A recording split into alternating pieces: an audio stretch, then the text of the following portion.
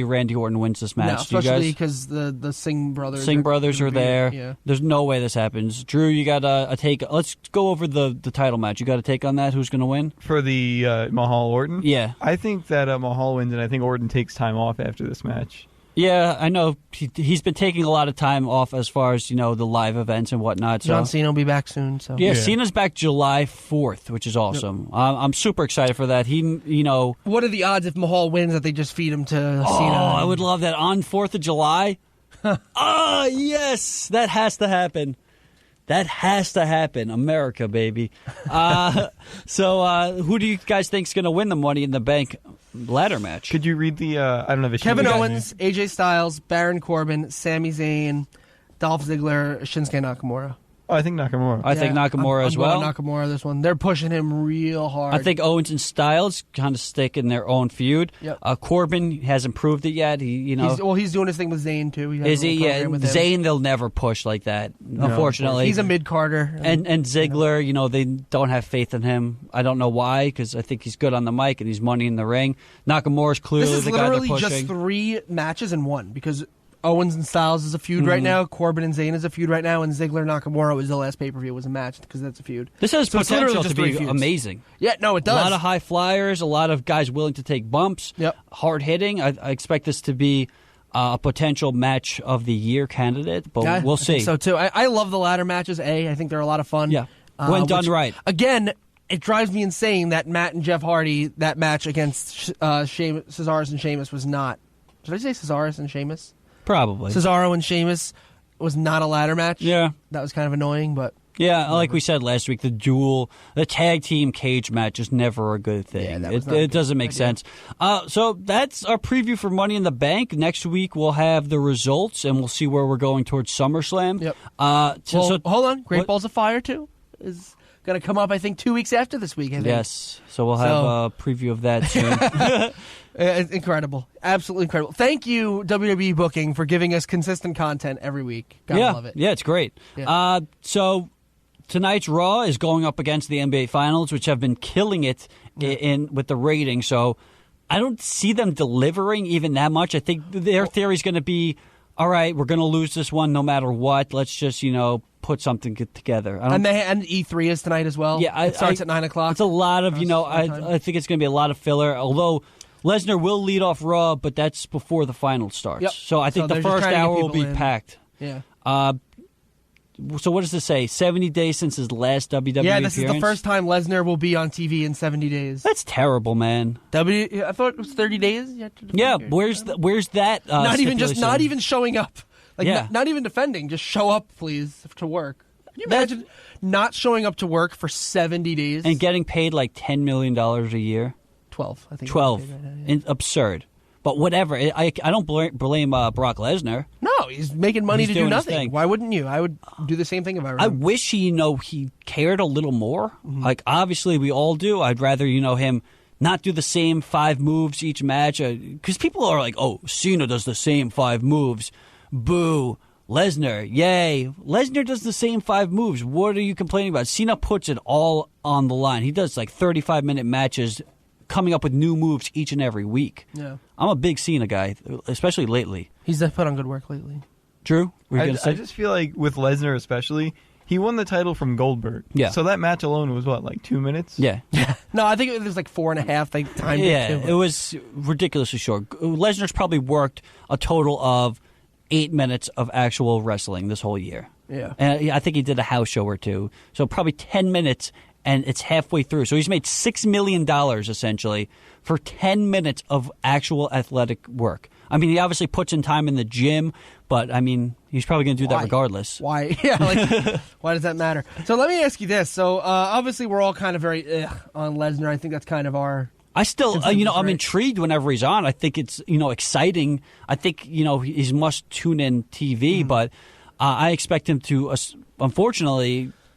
So kick the what out of Samoa Joe. Let me ask you this. Now, here's a question I didn't write down. I just thought of it now. If you could pick any wrestler that's currently alive, like it's plausible they could be doing this, to be in his position where they show up maybe once every 3 months and are the champion. And, who would you want it to be? Would you want it to be Lesnar? Or, I'd rather Flair be doing this, or I'd rather Sting would be we doing be this. able to, take them back to their prime? No. Because I don't you want 7-year-old Ric Flair? No, I'm just saying, that was just somebody that was the first name that popped in my head. But, that's not who I would pick, but who would you pick? Health not being an issue, concern not being an issue. Who would you want to be the guy that's all right, even though they're kind of old now and they can't do what they used to do? To me, it's easy. It's Kurt Angle. Yeah, this guy, he's the guy who puts it all in the ring. If you just watch his matches with Cody Rhodes, he loves the business of pro wrestling, and I think that would be something he wouldn't want to do. He would want to be there on television, entertaining the crowd. But it would be him or obviously Shawn Michaels.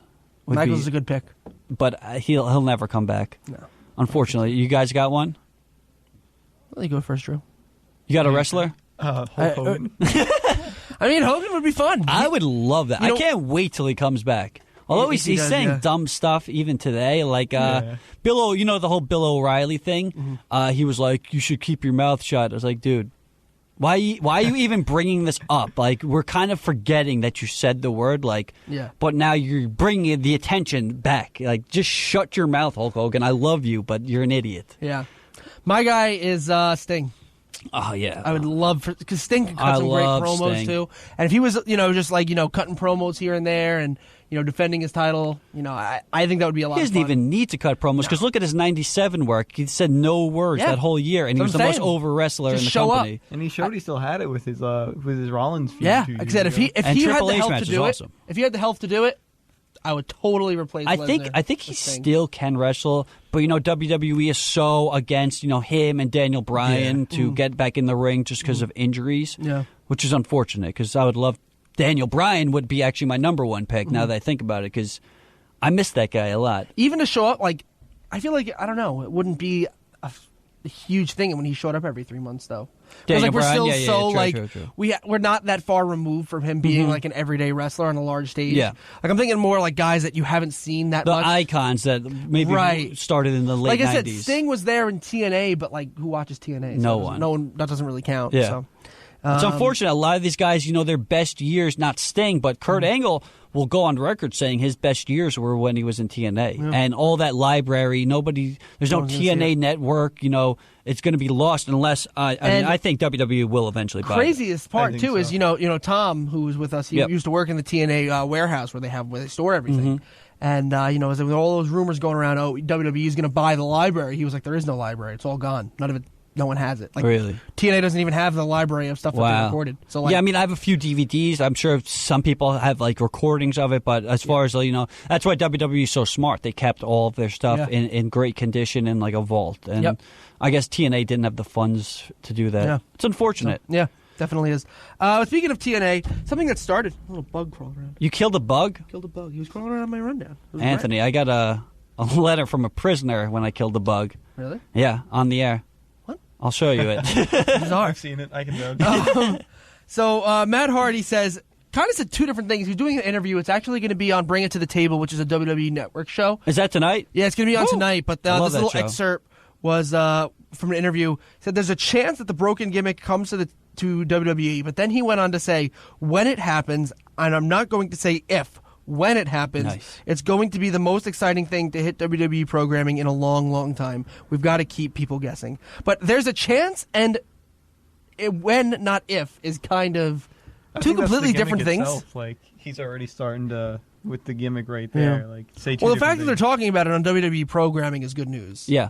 So is he going to be on the show tonight? Yeah, this is only an excerpt from the entirety of the show. Okay, got it. And that show's not live, if I'm not mistaken. No, it's pre-recorded. Yeah. That's a great show. It's one of the, WWE Corey has Graves, their network. Yeah, it's Corey Graves and Peter Rosenberg. They have the network, and they have great programs, but I love for more documentaries and more just talking. There's so much wrestling, but you could just have, I wouldn't mind two people. Table for Three. Did you guys see the Table for Three awesome. with Jim Cornette, Eric Bischoff, and Michael Hayes? Could have been a lot better because it was only 19 minutes long. Well, I actually, I listened, I don't know if you listened to Jim Cornette. Yeah, I heard podcast. Cornette and Bischoff both talk about it. Yeah, they were both we talked for 2 hours, and they cut so much out. They both buried Vince Russo, which is great. Yeah, any opportunity you have to bury Vince Russo is great. But Vince Russo is one of the worst creative minds in wrestling. Although I'll say this, he did do some stuff that I can approve of. He had everyone involved in an angle. He was involved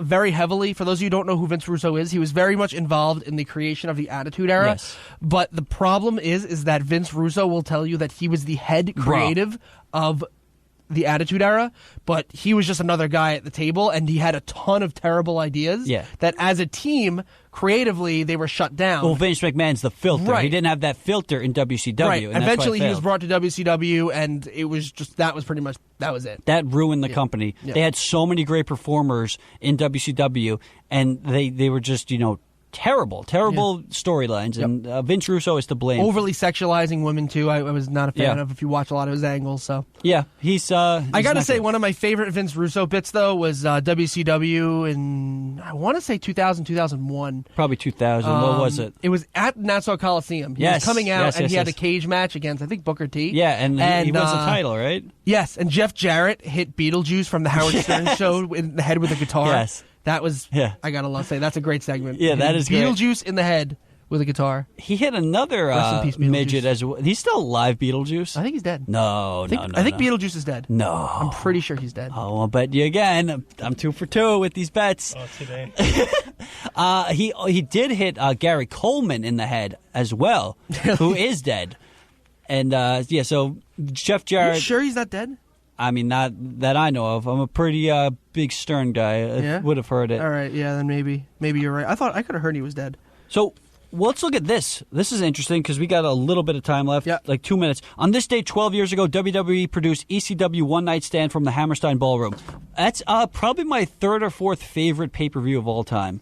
I absolutely love this. Have you seen it, Drew? I haven't seen that one, but you saw the second one? No, I was going to bring up that time that Undertaker hit a tombstone on that escalator in Penn Station when for some reason they broadcast. Oh, yeah.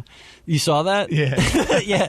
That was, some weird stuff in wrestling history. But this was a monumental pay-per-view, and I highly recommend, if you have the WWE Network, this would be the one I would say go check it out because of the 12-year anniversary. ECW One Night Stand. It's headlined by... I think Eddie Guerrero was there? Eddie Guerrero versus Chris Benoit was there. You had Mike Awesome versus this guy Tanaka. There's just a triple threat between Super Crazy Little Guido and Tajiri. There's a lot of great matchups in that pay-per-view. Yeah, it's the Dudleys versus...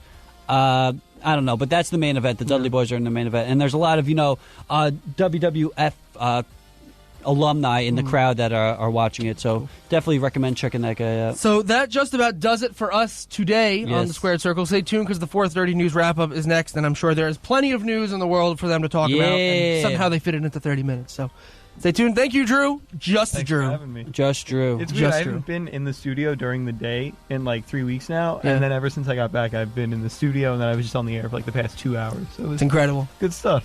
Good to be back. Stay tuned. 4:30 news wrap-up is next. Bye, guys. Peace.